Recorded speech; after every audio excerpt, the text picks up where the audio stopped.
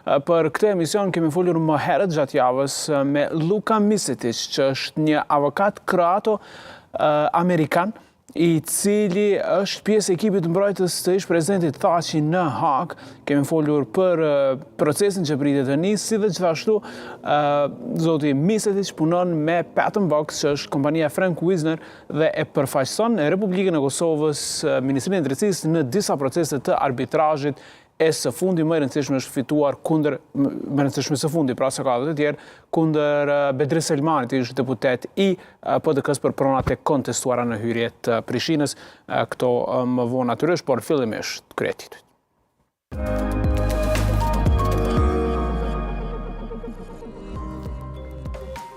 Pas Prishtinës, Escobar jep mesazhe për dialogun edhe nga Beogradi, derisa draft statuti i asociacionit shkakton reagime të shumta. Partia në fshet del kundër, opozita kritikon qeverinë për mos transparencë në dialog. Qeveria e përgjigjet emisarit amerikan Escobar për propozimin e shyrjes së vendimit për targa, thotë se ekzekutive ka për obligim sundimin e ligjit, opozita kërkon koordinim të plot me Shtetet e Bashkuara të Amerikës. Nuk ka kaluar projekt ligji për vendosjen e çmimeve tavan për produktet elementare. Kjo nismë shkakton përplasje të shumta ndërmjet pushtetit dhe deputetëve të partive opozitare. 20 organizata thonë se vendosja posinon kapjen e Universitetit të Prishinës dhe shkarkimin e rektorit Naser Sahiti. Ky i fundit ose një tendencë e tillë është e kundërlehtëshme. Federata e futbollit ka konfirmuar 2 ndeshjet e ardhshme miqësore të nëntorit për Kosovën, luan me Armeninë dhe me Ishujt Faroe.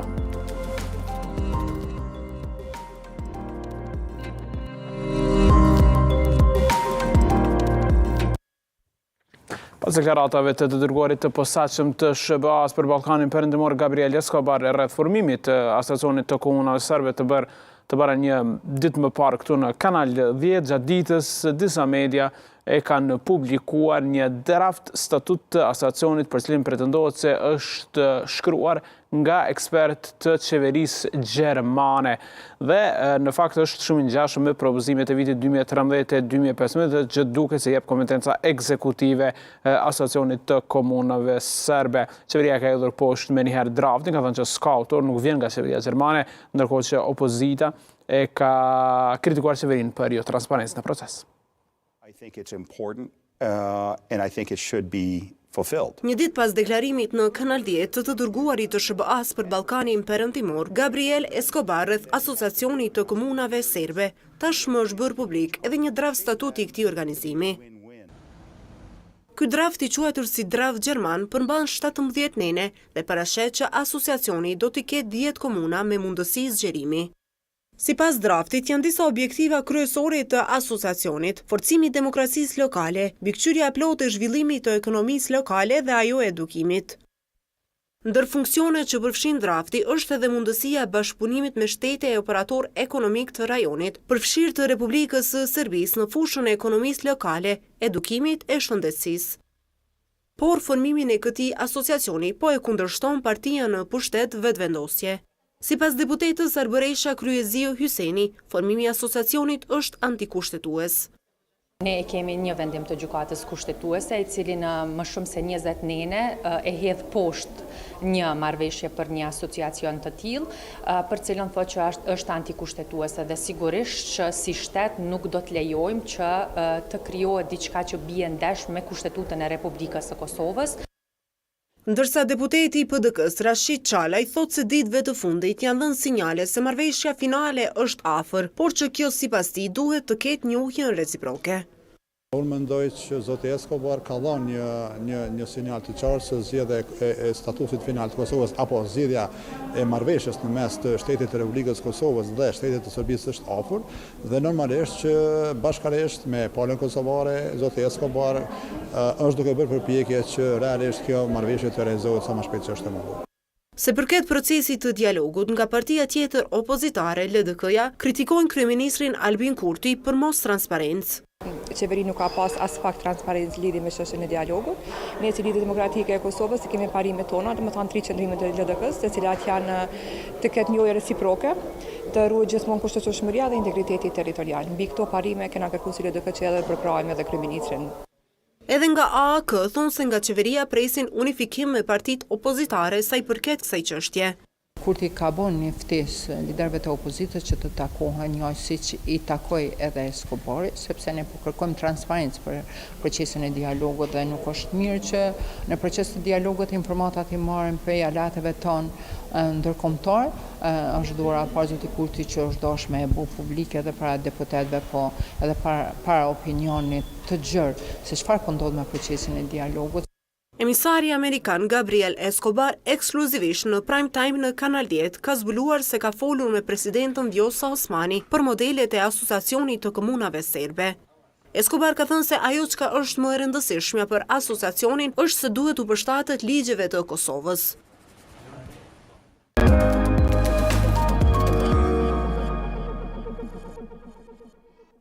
Qeveria e Kosovës i është përgjigjur kërkesës të dërguarit të posaçëm të SBA-s për Ballkanin Perëndimor Gabriel Escobar për shtyrjen për 10 muaj të afatit për ndërrimin e targave ilegale të serbëve në veri zëvendësi i qeverisë së Kosovës.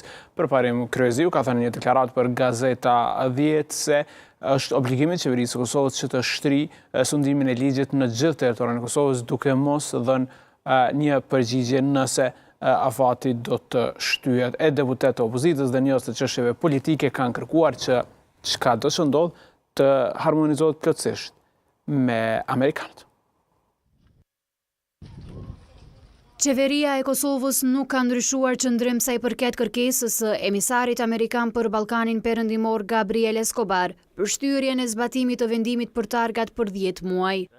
Derisa Escobar një ditë më parë në emisionin Prime Time në Kanal 10, tha se kjo kërkesë nuk është vetëm e SBA-s, por edhe e të gjitha shteteve të Quintit. Nga qeveria e Kosovës kanë thënë se kanë për obligim që të zbatojnë sundimin e ligjit e vendimet qeveritare. Zëvendësi i qeverisë përparim Kryeziu me këtë rast edhe u ka bërë thirrje qytetarëve serb që t'i konvertojnë targat duke përfituar nga lirimi tatimor e doganor. Ne i kuptojmë shqetësimet dhe brengat të zëvendësndimës sekretarit për çështje europiane dhe euroaziatike dhe përfaqësuesit amerikan për Ballkanin Perëndimor zotit Gabriel Escobar. Dhe i ndajmë po ato me të, sepse siguria, paqja janë vlera dhe interes jetike i përbashkët. Njëkohësisht ne kemi për obligim sundimin e ligjit, kushtetueshmërinë, vendimet qeveritare.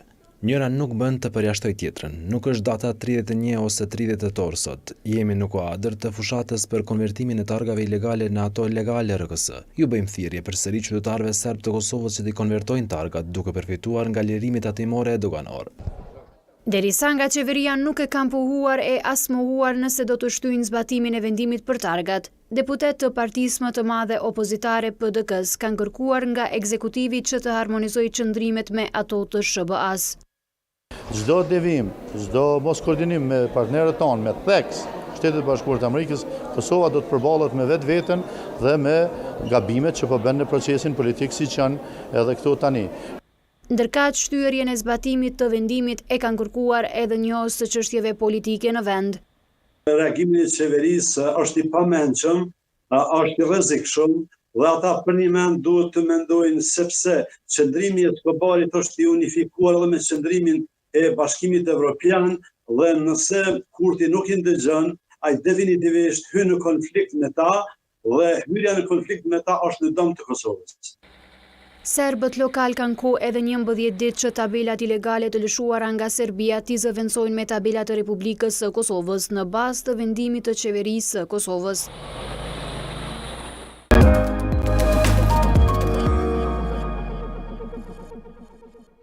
Ramush Haradinaj do t'jetë lideri vetëm opozitar që do t'i shkojë nesër në takim kryeministrit Albin Kurti pas ftesës një ditë më parë. Marrët gjatë ditës Lidhja Demokratike e Kosovës nëpërmjet zëdhënëses politike Sibel Alimi ka bërë me dije për mediat se LDK-ja nuk do të shkojë, zoti Abdigjiku, si kryetari i saj, nuk do të shkojë në takimin e thirrur nga kryeministri Kurti, pasi që konsideron se ai duhet të raportojë në Kuventin e Kosovës. E njëjtë ka qenë edhe porosia e Mimli Krasniqit, kryetari PDK-s, i cili refuzimin e ka bërë publik nëpërmjet videos në vazhdim. PDK asnjëherë nuk ka ikur nga përgjegjësia shtetërore dhe kurrë nuk do ta bëjmë këtë. Por për tema të tilla, për vendime të mëdha, ju së pari duhet të bëheni serioz dhe ta kuptoni se vendi i diskutimit nuk është një zyrë, por është salla e Kuvendit të Kosovës. sepse kuvendi i Kosovës është adresa e popullit. Prandaj, diskutimet që keni menduar për të premten në zyrën tuaj, ju ftoj që t'i bartni në kuvend. Nëse për shkak të ndjeshmërisë së procesit kërkoni kujdes të shtuar, e rrjedhimisht diskutimin seancë të hapur të kuvendit nuk është i preferuar për ju, kjo mund të bëhet edhe në një seancë të mbyllur, ashtu siç e parasheh ligji, por me kushtin që pavonesë do të dilni dhe do t'i tregoni qytetarëve se çfarë keni ndërmend të bëni dhe se cili është pozicioni juaj për dokumentin e përfolur lidhur me marrëveshjen Kosovë-Serbi. Shihemi në kuvendin e Kosovës.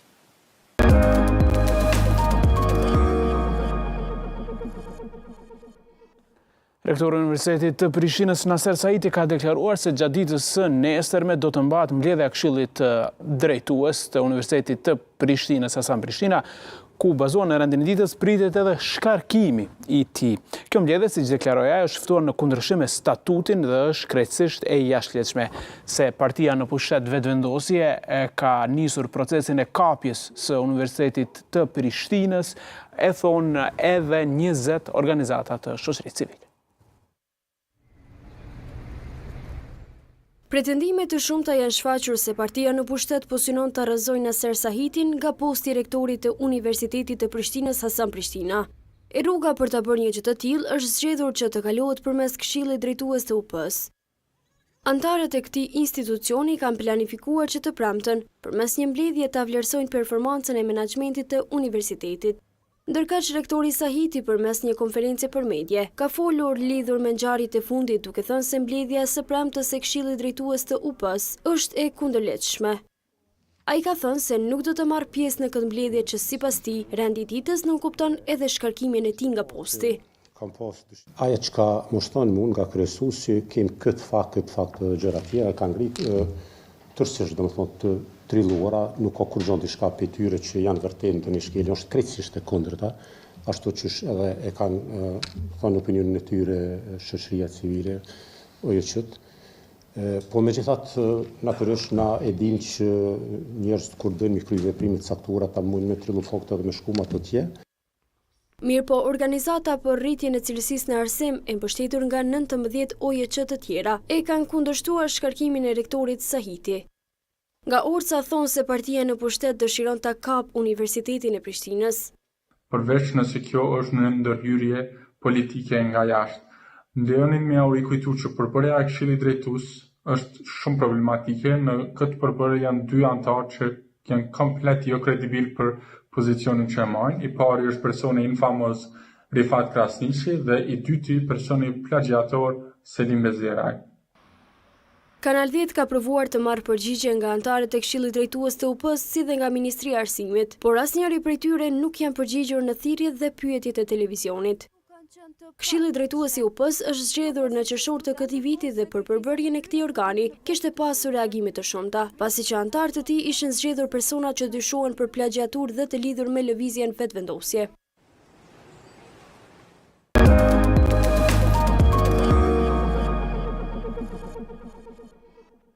Ka pasur seancë të kuvendit sot dhe në rend dite ishte pra propozimi i qeverisë së Kosovës për të vendosur çmime tavan për produktet bazë dhe ka pasur akuza të shumta nga opozita që qeveria e zotit Kurti dëshiron të kontrollojë gjithçka.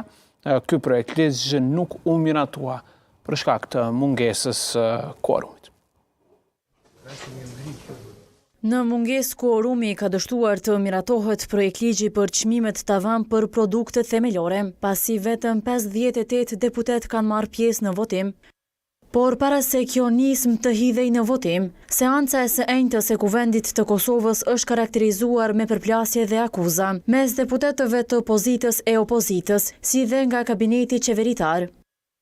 Ishte Ministrja e Industrisë, Tregtisë dhe Ndërmarrësisë Rozeta Hajdari që u kërkoi deputetëve ta votojnë këtë projektligj, derisa u kundërshtua nga deputetët të cilët edhe patën kritika ndaj ministrës.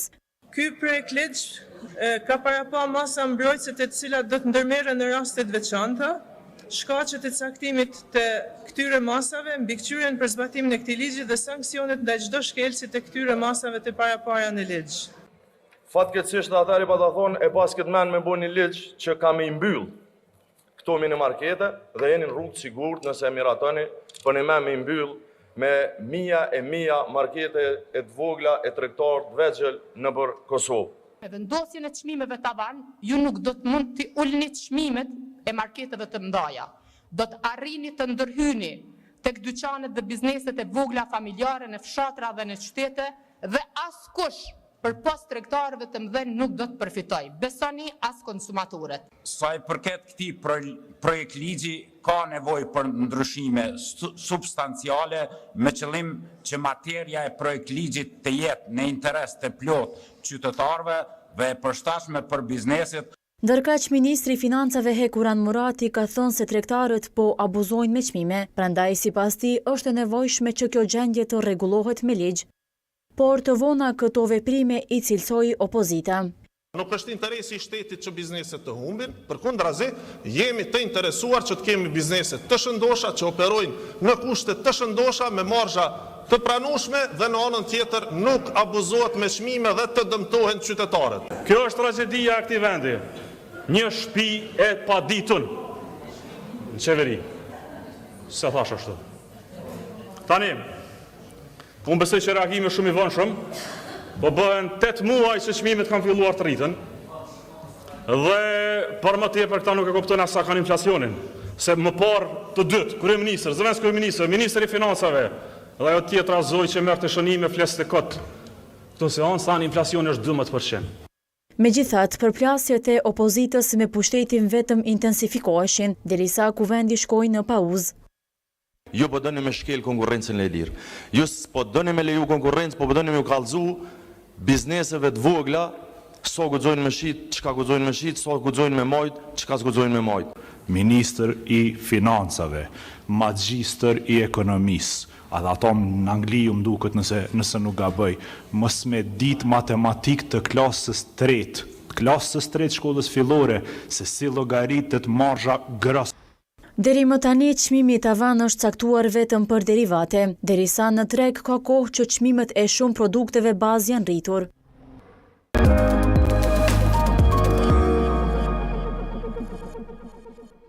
Partitë opozitare kanë kërkuar llogari nga Ministrja e Tregtisë dhe Industrisë në qeverinë e Kosovës, Rozeta Hajdari, pas ngritjes së akuzës kundër saj për mos deklarim të pasurisë. Opozita thotë se kësaj qeverie i ka humbur kredibiliteti dhe se proklamimet për drejtësinë kanë parim në qeverisje nuk i përmbushin. Pas kritikave në seancën e Kuvendit, Ministri Hajdari ka thënë se do të marrë përgjegjësi për vonesën e deklarimit të pasurisë. Do të shohim bashkë këtë story të Gentiana Gashit dhe më pas kthehemi me intervistën e realizuar para disa ditësh me Luka Misetić, avokat kërata amerikan, pjesë e ekipit mbrojtës të Hashim Thaqit në Hag për proceset në gjykatën speciale dhe gjithashtu për përfaqësimin e Kosovës me kompaninë Patent & Bugs të Frank Wisner në disa proceset të arbitrazhit të Kosovës. Shohim bashkë dhe shihemi pas gjysmore. Partitë opozitare kanë kërkuar përgjegjësi nga Ministrja e Industrisë, Tregtisë dhe Ndërmarrësisë Rozeta Hajdari. Pas ngritjes së aktakuzës ndaj saj për mos deklarim të pasurisë, opozita i quan paradoksale deklarimet të qeverisë, se drejtësinë gjithmonë e kanë parim të qeverisjes së tyre. Deputeti nga PDK Hajdar Beqa thotë se i takon ministres dhe është përgjegjësi e saj morale t'i respektoj apo jo vendimet e gjykatës. Mundemi të flet një qeveri tërë ditën për vetting, kurse ose pas ditët folet për vettingun në drejtësi, e gjatë istje në përbon ka të akuzuarve, ne kemi plot ministra tillë fatkesisht.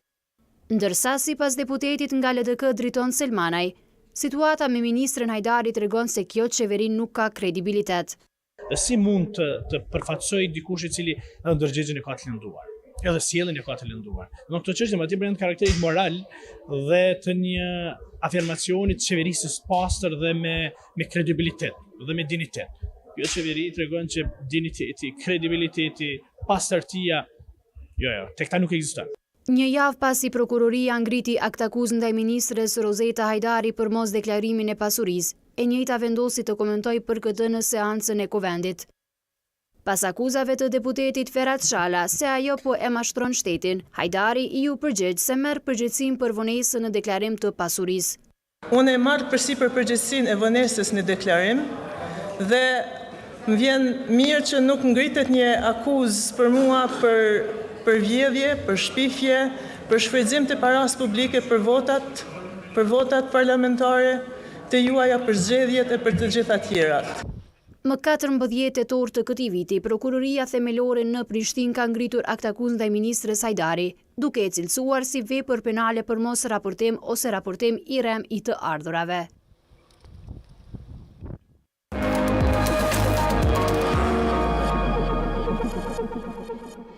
Shko për intervistën në prime time, do të flasim sonte me një mysafir më ndryshe të nderuar shues, do të flasim me avokatin e njohur krahët amerikan Luka Misetic, që është i përfshirë në disa raste që lidhen me Kosovën. Welcome to prime time at Channel 10, Mr. Misetic. Thank you very much. Happy to be here. Thank you for being here. So, some people in Kosovo might know you because you were the lawyer of Mr. Gotovina a few years back, and they know him, obviously. Everyone in Kosovo knows him. But can you explain us the reasons why you're here and what's your engagement with Kosovo? So I am engaged in several cases for Kosovo, our law firm is. I also represent Kosovo in several international arbitrations. We have a number of arbitrations that are still pending.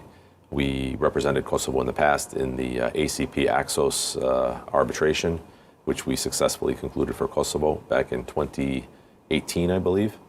And now recently we represented Kosovo successfully in the arbitration claim that was brought by Mr.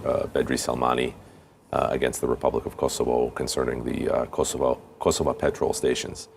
So we've successfully concluded that arbitration as well for Kosovo. And now we were here today to have a seminar for various officials of Kosovo about international arbitration, about best practices, and about how to continue to assist Kosovo in defending itself against these international arbitration claims. How, now that you have the experience, how do you think that Kosovo deals with such cases? And why do you think so many cases, Kosovo has a few cases of arbitration? Is it because the agreements are done wrongly at the first place? So I think Kosovo is not alone to have arbitration cases brought against it, international arbitration. Yes. I think Kosovo, as a relatively young country, is still obviously gaining experience in how to represent itself in Kosovo. And one of the reasons that we're here is to help Kosovo with that knowledge of how to defend itself in the international arbitration process, to learn more about the laws and how to anticipate potential claims in the future by making government decisions that will not lead to potential claims. So all of those are reasons that we're here. We completely understand that Kosovo is not France with a history of 250 years of democracy.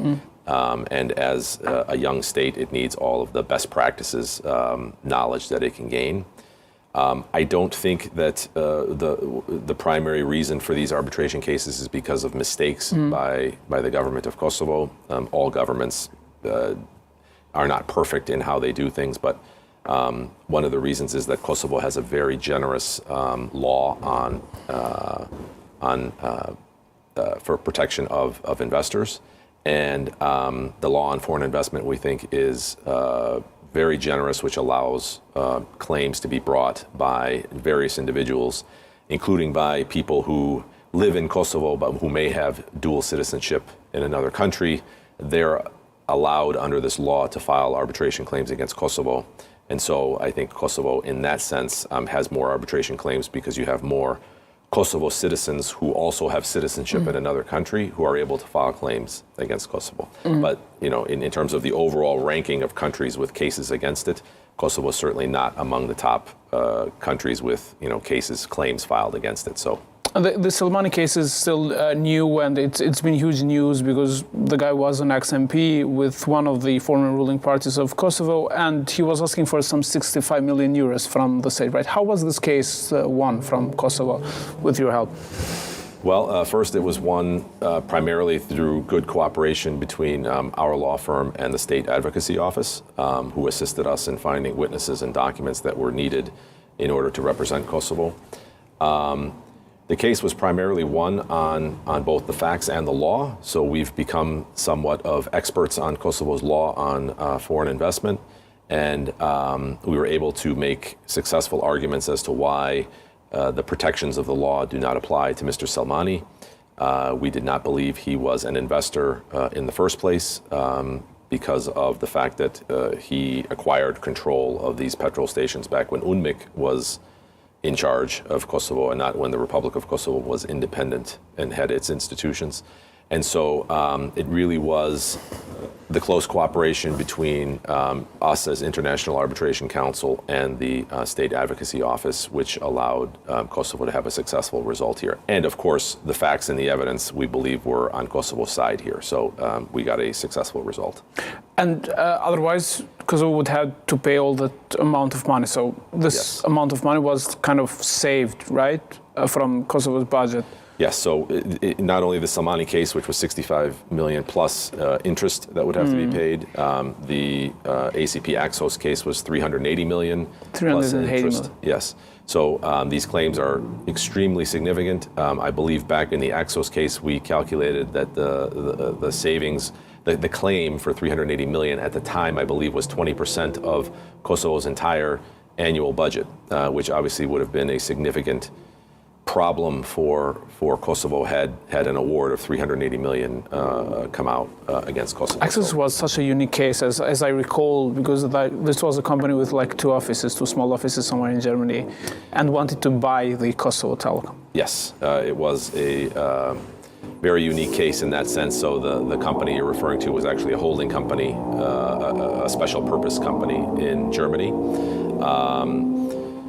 Who the real owners were or participants or where the capital behind it was something that never came out in the arbitration, so I won't speculate on that. But it was a special purpose vehicle that was supposed to take over Kosovo Telecom. And again, they filed a 380 million euro claim against Kosovo where we were able to successfully defeat that claim. Do you have other cases in which you're engaged with the Kosovo government? Yes.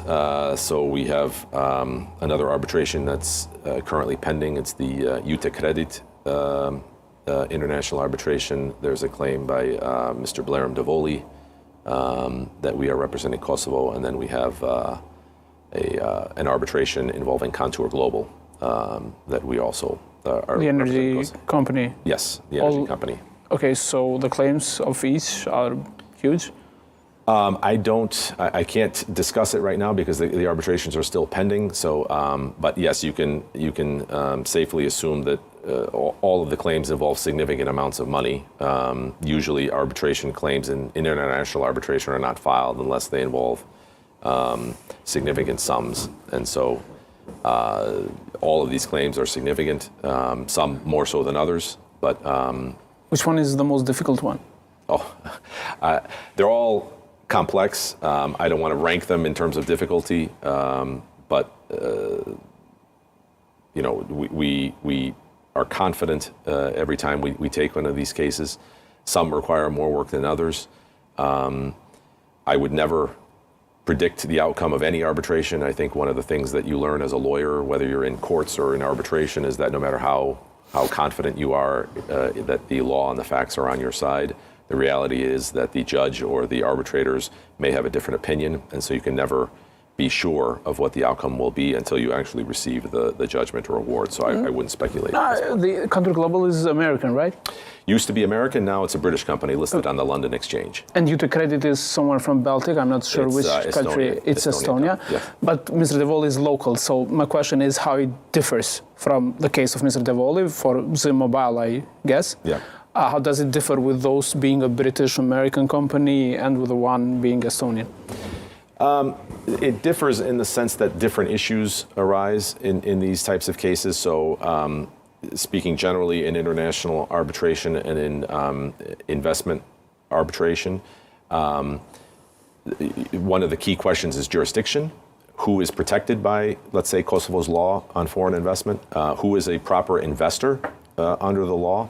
So there's really very little dispute. For example, the Jute Credit as an Estonian company would qualify as a foreign investor, right? They really are from Estonia, etc. There are questions in many of these arbitrations that arise when a claim is filed by someone who is a Kosovo citizen living in Kosovo, for example, whether they qualify as an investor under the law on foreign investment, whether the law is intended to protect someone who is a domestic Kosovo citizen who happens to have citizenship of another country. And so those are different types of issues that arise, and it goes to the question of whether the tribunal even has jurisdiction to hear the case, because the first thing that has to be established is that the person making the claim is actually a foreign investor. So that's how they differ. Okay, so I know that the company you represent has been involved with Kosovo government for many years, and Mr. Frank Wisner, an ex-envoy, American envoy, is part of it, someone who is very much respected in Kosovo. I don't know if something changed when the new government came, or how do you win this? I guess there are public calls or something in which absolutely. The Ministry of Justice, in this case, chooses a company to represent Kosovo in this case. So we participate in a public tender like everybody else, and we get the cases the way anybody else would get the case, which is we generally provide the most competitive bid, both in terms of price and in terms of the quality of work that we provide. So as far as I know, we got, as far as I can recall, we were awarded every contract because we were the most competitively priced bid, and because of the quality of the people that we were putting on the bid in terms of the lawyers that would represent Kosovo. And your competition would also come from other US companies, right? Not just the US, internationally. So UK, France, Germany, and many other countries. I mean, but I think American ones are like the best known for this kind of cases. So I don't want to say best known, because there are many high quality firms that are based in Paris, for example, based in London, and they participate in these tenders as well. And for example, European offices of US firms will participate in these tenders. So technically it could be a US firm, but it's really the European office of a US firm that's doing it. Mir, I said something in Albanian, sorry, which means good. Okay, all right. So nothing bad. All right. Let's talk in the second part about these specialist courts. I know you've been critical to what happens there, or maybe the fact itself that they were created after, we've seen the Hague Tribunal acquitting Mr. Lima and Mr. Haradina. It was the case for all former Yugoslavia, in which Croatian, Bosnian, Serb generals were charged as well. So here the sentiment is that this is a big injustice against Kosovo Albanians, that it is a lot of people call it just ethnic, racist actually, court, because it only deals with the alleged crimes of Albanians. How do you see this? I'm also very concerned. I will confess, the whole process has been very A, bizarre, and B, tainted. And it's tainted by the fact that the whole court was set up because of sensationalist allegations of organ harvesting by the KLA, which is, in my view, the only reason that it got international attention and the attention of members of the international community to finance this court, to set it up, to put pressure on Kosovo to pass a law setting up the specialist chambers, etc. All of it was related to Dick Marty's report, and these, again, as I say, sensationalist headlines, pushed, as we know, mostly by Serbia and Russia for their own obvious propaganda reasons against Kosovo's independence, against the very existence of Kosovo. Unfortunately, Dick Marty appears to have bought those allegations and then sold them to the international community. The court has been set up, and as we know, nothing came of these sensationalist allegations. But now we have an international court set up under domestic law, but with international judges and prosecutors seated in The Hague, conducting investigations and prosecutions for what, frankly, in my opinion, are allegations that very easily could and should have been tried in Kosovo, if nothing else, in front of ULEX or other domestic jurisdictions. There is no reason that I see that there should be a special court set up in The Hague for the allegations that are currently contained in the indictments that have been filed. I do believe that there is a certain, I want to say, perception that has been created in terms of the court is out of necessity, set up to try only Kosovo Albanians. The reason that it's out of necessity is, as a practical matter, this is a court set up under Kosovo law. It will never be able to try, as a matter of fact, it will never be able to try Serbs for crimes committed in Kosovo, because obviously Serbia will protect its own officers. Kosovo cannot issue Interpol warrants to arrest people outside who are not on Kosovo territory. And so it's become a one-sided court because only Kosovo Albanians will be tried, which I think creates a very negative perception and creates a perception of a lack of impartiality and a lack of justice, because I think what happened in the Kosovo conflict in 1998 and 1999 is clear in terms of who started the war, who was responsible for the terrible suffering in that war, and who was defending themselves in that war, basically creating a defense out of nothing against Milosevic's regime. So that's one problem. And then the second problem is created by the fact that no Kosovo Albanians have been released on pretrial detention, from pretrial detention. That didn't even happen at the ICTY. The ICTY released all different ethnicities on pretrial release, including Kosovo Albanians. At the time at the ICTY, there was no perception or no justification offered that somehow Kosovo Albanians pose a threat to witnesses or will do other things like that. But unfortunately for this court, we are now more than 2 years into cases involving Kosovo Albanians, and not a single one has been found to be entitled to be released on detention pending trial. And we're talking about high-level politicians, like including Absolutely. the former president and 2 former speakers and an MP. Absolutely. And so all of that, I think, creates a very negative perception in the Kosovo public. And frankly, questions are being asked outside of Kosovo as well, internationally. Why do we have this court? What is the purpose? And is this really justified? Tens of millions of euros, if not more, are spent on a court that, again, in my opinion, I fail to see why ULEX exists in Kosovo to try war crimes cases, but cannot be found competent to try the cases that are currently pending in The Hague. About the way the indictment was published, I know you were critical of that as well. I mean, as we know, President Thaci was traveling to US when he just came back because the prosecutors went public months before actually, detaining Mr. Thaci and sending him to Hague. Yes, I had never seen that before, that a prosecutor would announce that he had filed a request for the confirmation of an indictment.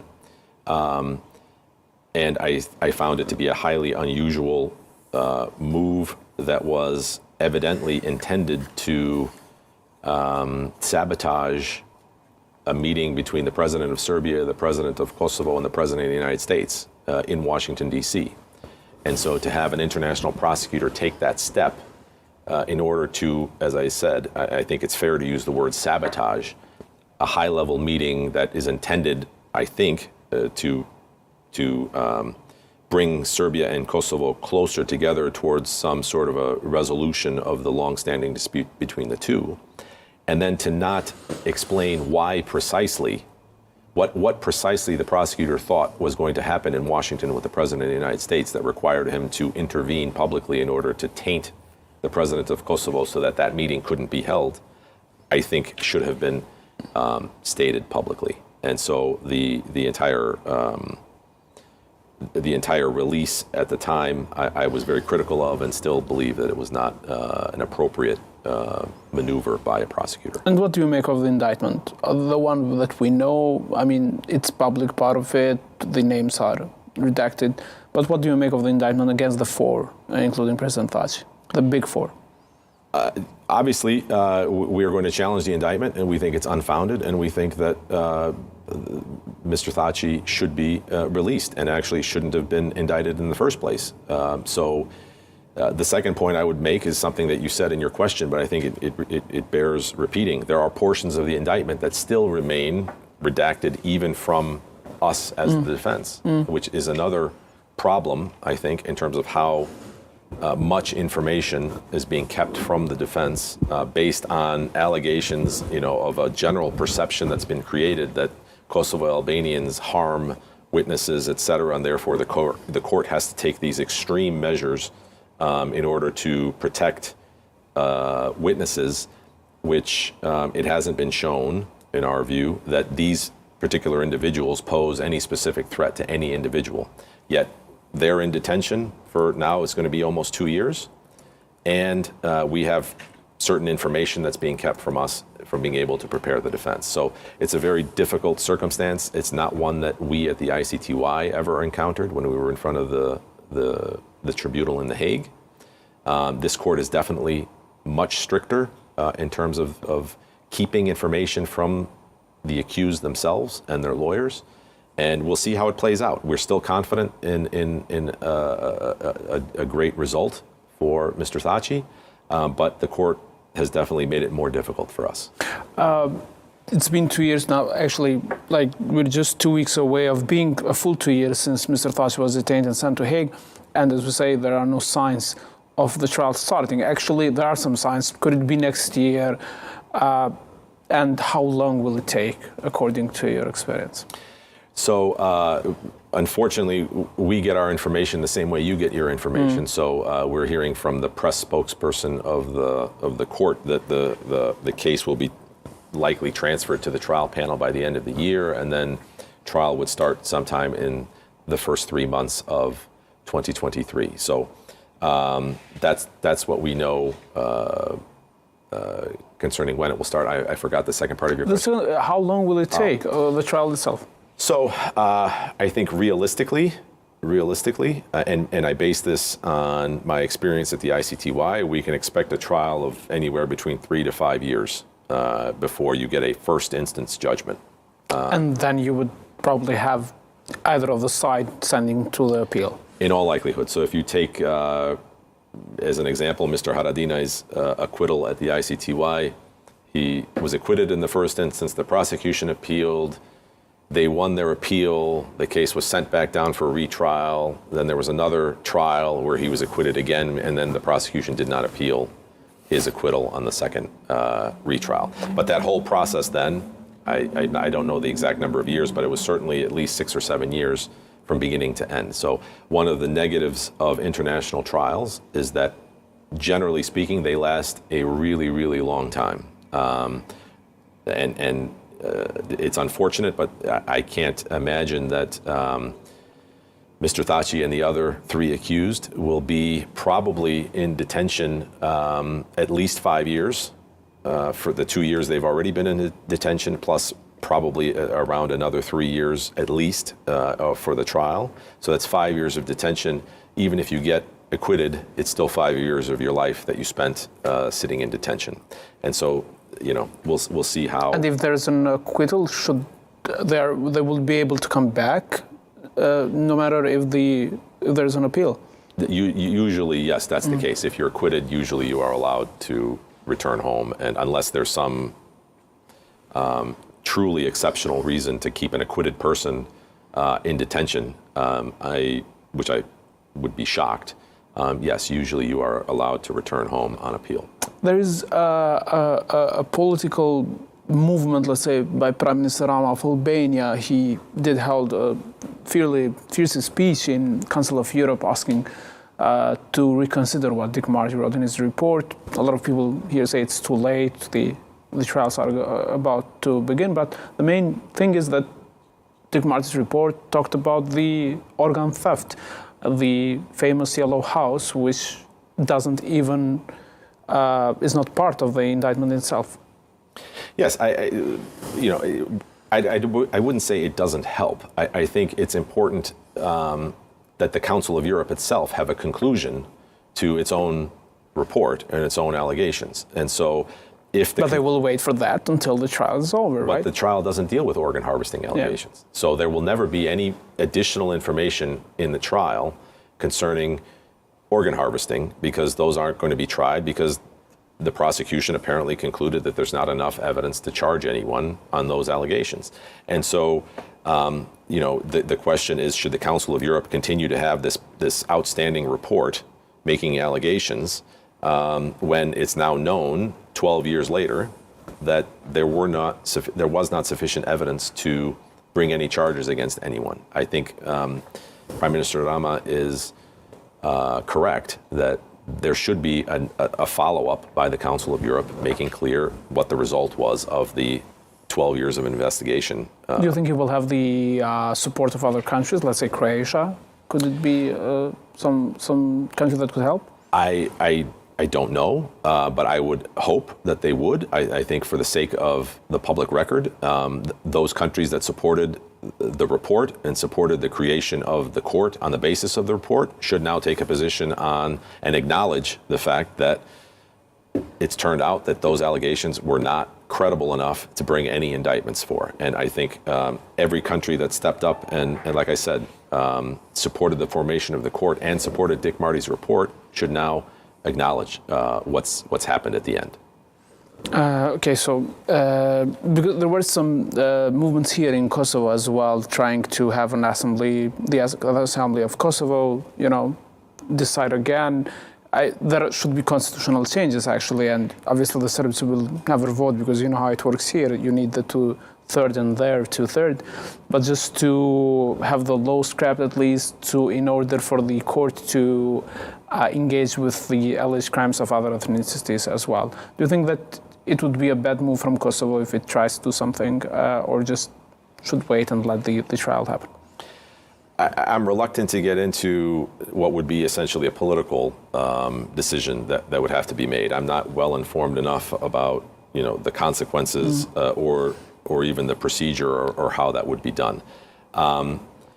So I don't want to take a position on that. I do want to say though that given the fact that the Specialist Chambers is a court of Kosovo, that the Parliament of Kosovo should do what any parliament anywhere in the world does with respect to its own courts, which is ensure that constitutional standards are applied and constitutional protections are applied, that there's an accountability on the part of the court towards the Parliament of Kosovo, because as I said, this is not a court that belongs to donor countries supplying funds for the court. This is a court that is part of the judicial system of Kosovo, and as such, it should account to the Parliament of Kosovo for its activities. Okay, at the end, I want to ask you about something else. I know that you're very active on what's happening in Bosnia and Herzegovina, right? Yes.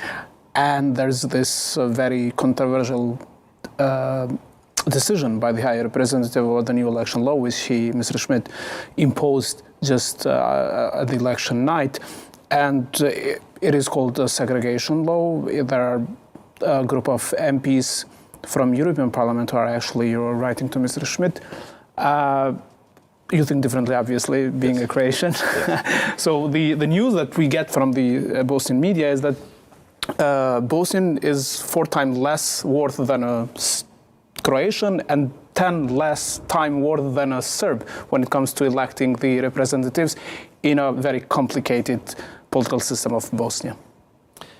So, extremely complicated answer to an extremely complicated question. I don't think that it has to do with whose vote is valued more, because the whole claim that somebody's vote weighs more or less is based on the presumption that Bosniaks only vote for Bosniak candidates and Croats only vote for Croat candidates and Serbs only vote for Serb candidates.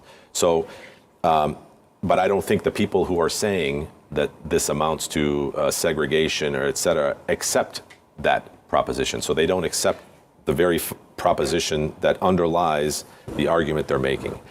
My point is this. But you do need less people to vote in order for a Croatian MP to be elected, and you need much more people to vote for a Bosnian, from the Bosnian nation, for a Bosnian MP to be elected, right? But I would say this, and this is something that the people of Kosovo can understand.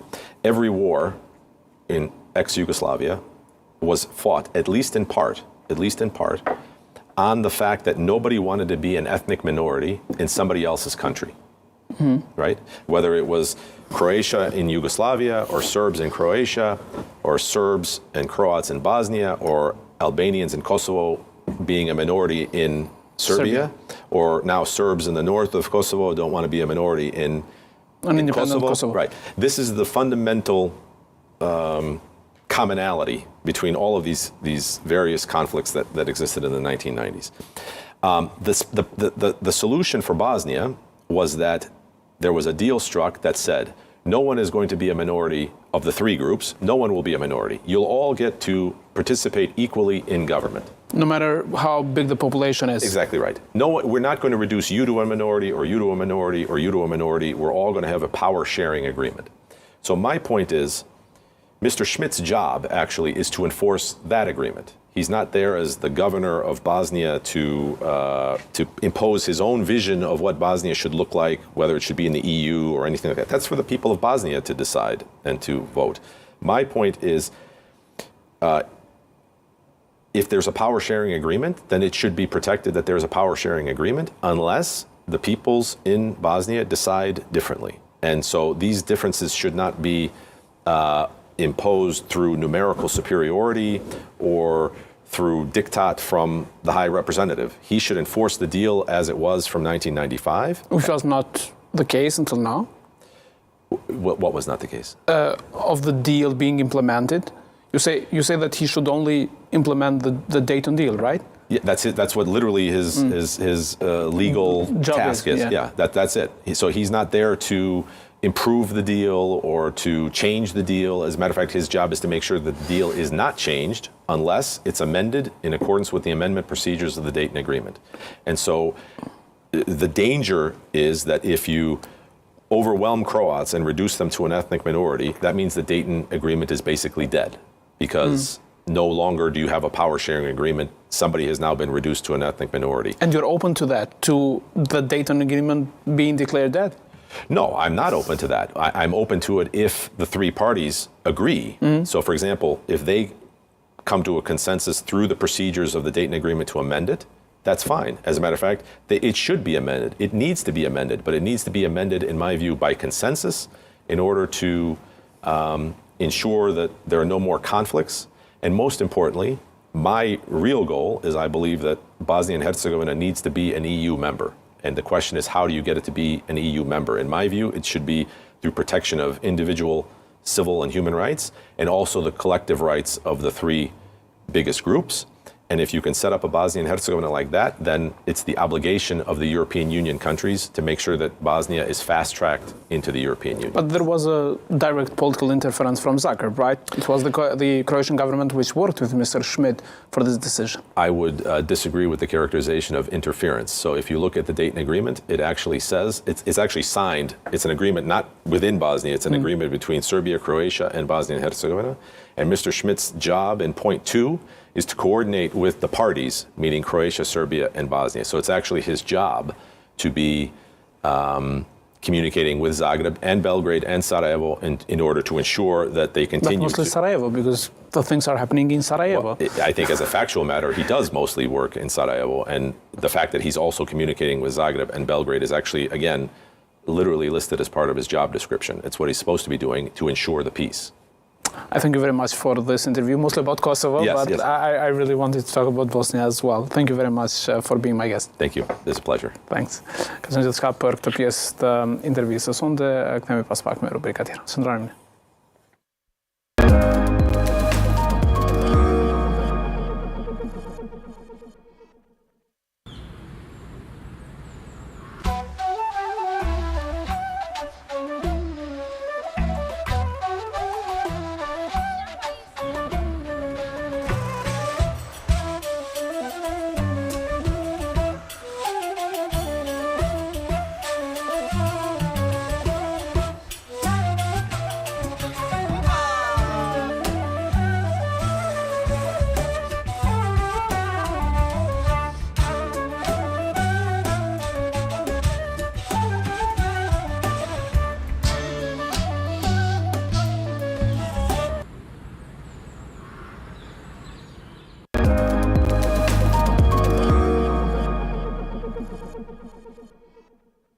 Kthehemi mbrapa në kohë në vitin 2011 për flashbackun atëherë kur Hashim Thaçi, kryeministër i Republikës së Kosovës, fliste për gatishmërinë e Kosovës që të nisë dialogun me Serbinë pas miratimit të një rezolute në Asamblenë e Përgjithshme të OKB-s që bën të thirrje për nisjen e këtij dialogu. Ja ku jemi 11 vjet pas, ende flasim për dialogun në Serbinë.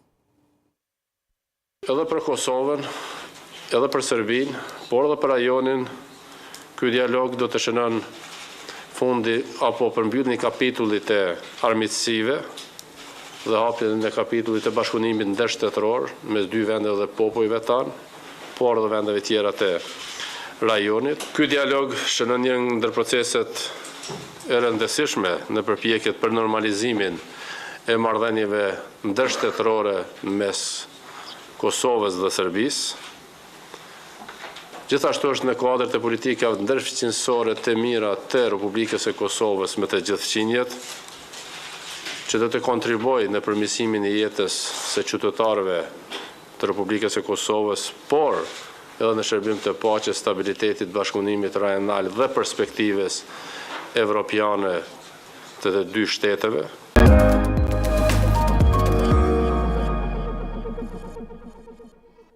Në bashkë për rubrikën UPS dhe dy UPS nga shtëpia i kemi sonte, i pari me kolegun Kushtrim Sadikun politiko dhe përfundimin e emisionit gjatë ditës djeshme dhe një ngatrim i vogël të shohim bashkë. Pas një bloku publicitar pason Xhebaj Rexha për gjithë ju që nuk e keni ndjekur intervistën, do ta kemi edhe një ritransmetim të intervistës në prime time që nuk e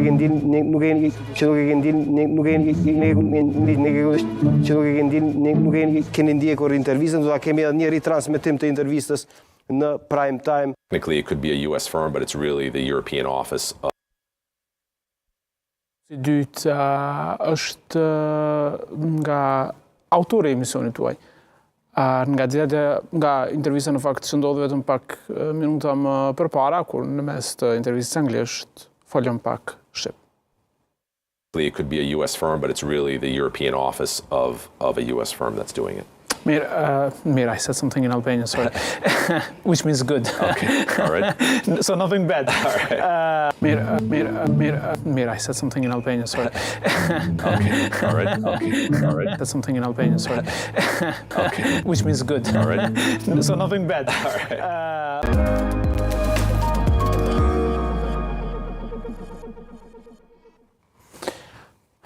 Dhe jemi me rubrikën e lëm gazetën 10 për fund, regjia, sepse ka një lajm të madh për cilin kemi raportuar më herët natyrisht, botëror. Liz Truss ka dhënë dorëheqje, shkojmë me BBC fillimisht nëse mundemi, kryeministra e Britanisë së Madhe që ka dhënë dorëheqje vetëm 45 ditë pasi që u bë kryeministre. Për tyre një 18 as nuk ju ushtroi fare, sepse ishin ditët e zis për vdekjen e mbretëreshës Elizabeta II, që vdes vetëm 2 ditë pasi kjo u bë kryeministre. Tani duhen 100 nënshkrime të deputetëve nga antarët e tjerë, deputetët e Partisë Konservatore, për të bërë lider që të bëjnë kryeministra. Është e pabesueshme, pra krizë jashtëzakonshme. Nuk bëhen rehat britanikët. Pasi e larguan Boris Johnsonin, largohet edhe Liz Truss dhe dorëheqet sepse dinte që do ta shkarkonin, kishin nisë disaster me ministrat e financave dhe tani mund të ketë një kryeministër të tretë britanik brenda vitit 2022, që nuk ndodhte një kohë të gjatë në historinë e Britanisë Madhe. Thirrjet e opozitës të Partisë Laboriste janë që të ketë zgjedhje të reja, nuk kanë më legjitimitet konservatorët për të zgjedhur një lider të ri dhe një kryeministër të ri, thon opozita, por jo vetëm opozita. Puna është që varet prej Partisë Konservatore nëse dëshiron të thrasë pra zgjedhje të reja, sepse ligjërisht mund ta mbajë mandatin me një lider të ri të partisë që do të bëjë automatikisht kryeministër. Puna është që konservatorët janë shumë keq në sondazhe. Partia Laboriste në opozitë do të fitonte bindshëm zgjedhjet nëse ato mbahen brenda këtij viti. Shumë CNN. Dhe natyrisht është lajmi absolut, pra Liz Truss e lë shumë keq Britaninë pasi që ekonomia është shumë keq dhe largohet vetëm 45 ditë, nuk e duronte dot presionin që i vinte jo nga opozita, por nga partia e saj. Euronews është e radhës për cilën flasim.